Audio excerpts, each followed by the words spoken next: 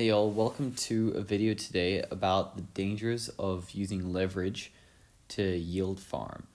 So for those of you that maybe aren't familiar with the term yield farming, the whole idea around it is that you deposit funds or do some kind of action inside some kind of DeFi protocol, and in return you get their native token.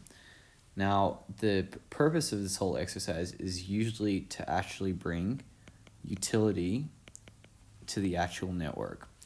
But a lot of yield farmers are kind of getting a bit cheeky with yield farming and taking on more risk than they should be when actually farming. So in this video, I want to talk about kind of like the three main risks. The first one being liquidation risk, 2 is liquidity risk, and 3 is short squeeze risks. So the first one's obvious, the second one probably not so much, and the third one maybe not so for other people as well. So anyway, I'll go through them one by one so you can kind of understand how they work. So they're all, of course, actually connected to each other, but we'll break them down. So anyway, the first one, liquidation risk.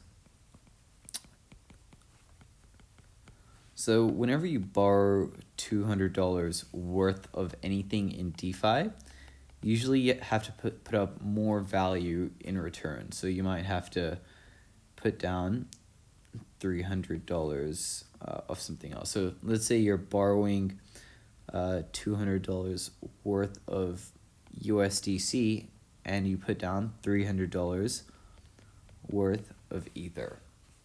So as long as the price of ETH stays, so let's say this is 10 ETH, and therefore 1 ETH is equal to $30. If the price of ETH ever drops below $30 or quite below, you essentially lose out on this amount.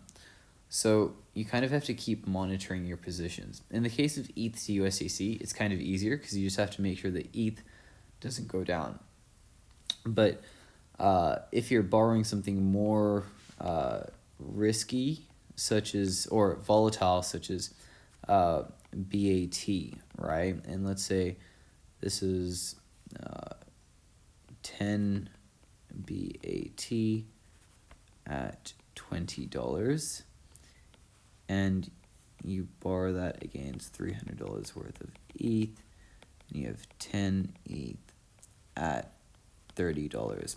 You kind of have two issues right now, because if the price of BAT goes up, then you don't have enough Ethereum collateral over here. And if the price of ETH goes down, then you're borrowing more BAT than you actually have.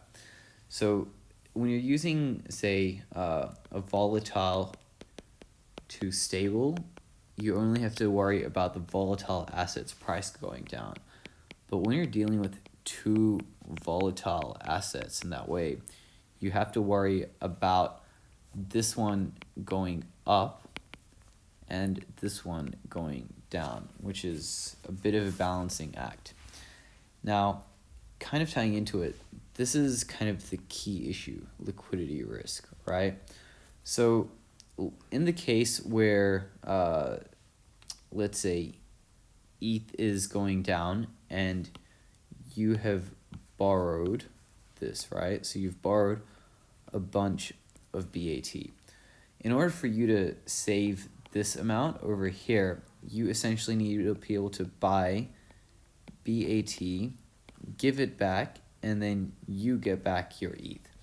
However, buying BAT may not be easy if everyone else is trying to do the exact same thing.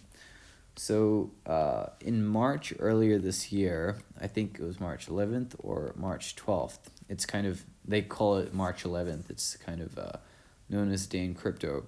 What happened was on MakerDAO, you had a bunch of people who had used ETH to borrow or essentially mint DAI, right? So maybe they locked up like 10 ETH and in return they got 1,000 DAI.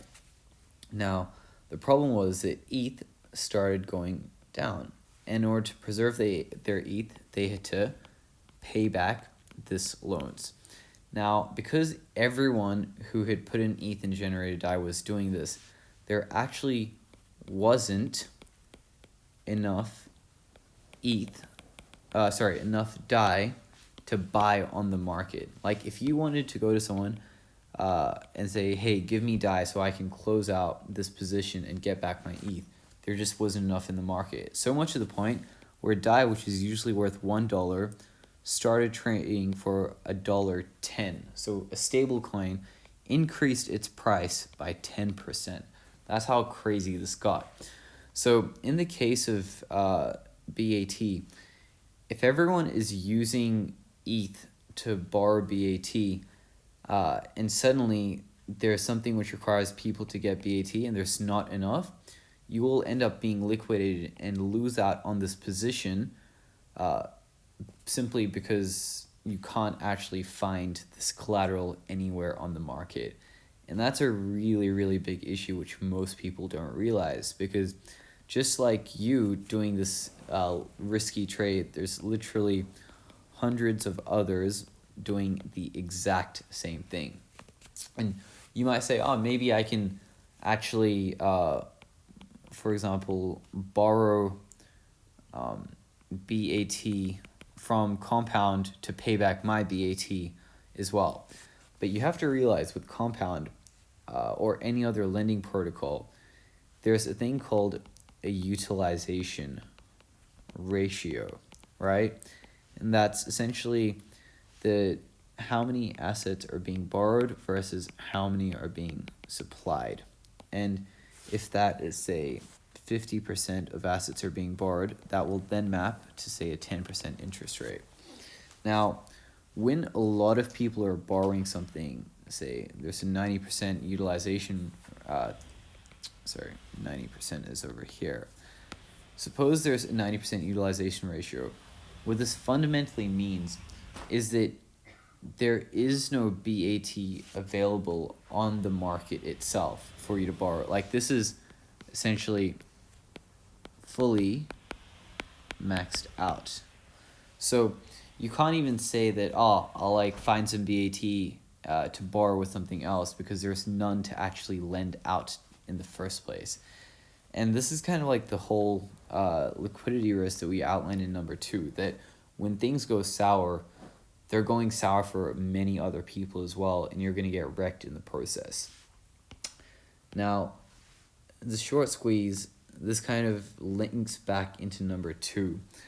And maybe some of you know about it, but it's worth mentioning. So most of the time when someone, say, has $300 worth of Ethereum, they might say, you know what, I'll only borrow $100 worth of something else. So that means, and I'm using very rough math, that as long as the price of Ethereum doesn't drop below 150 or about like $125, I'll be fine. And it's fine because the chart for Ethereum has kind of been trading like this, and if this is $300, I doubt it's ever going to hit $100 because that's too much of a drop.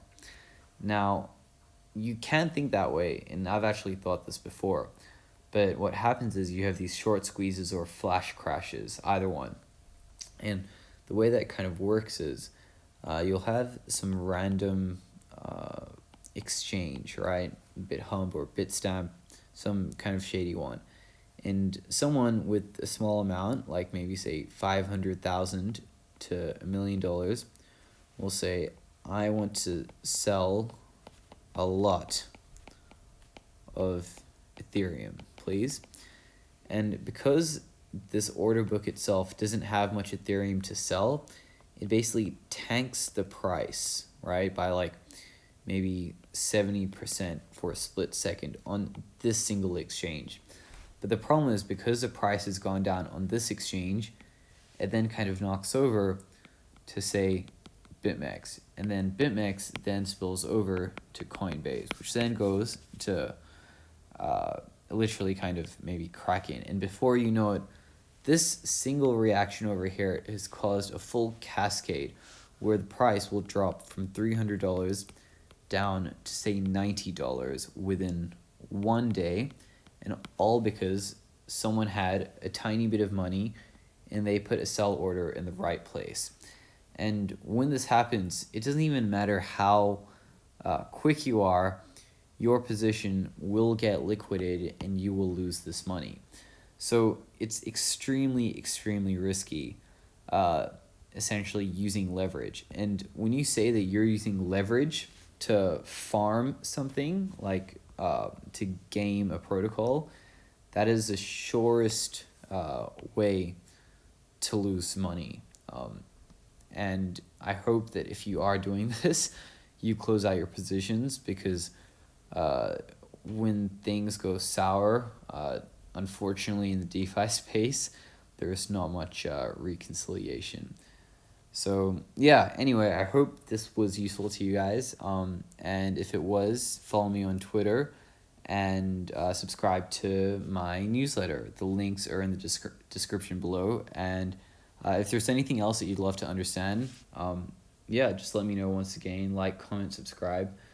And yeah, peace out.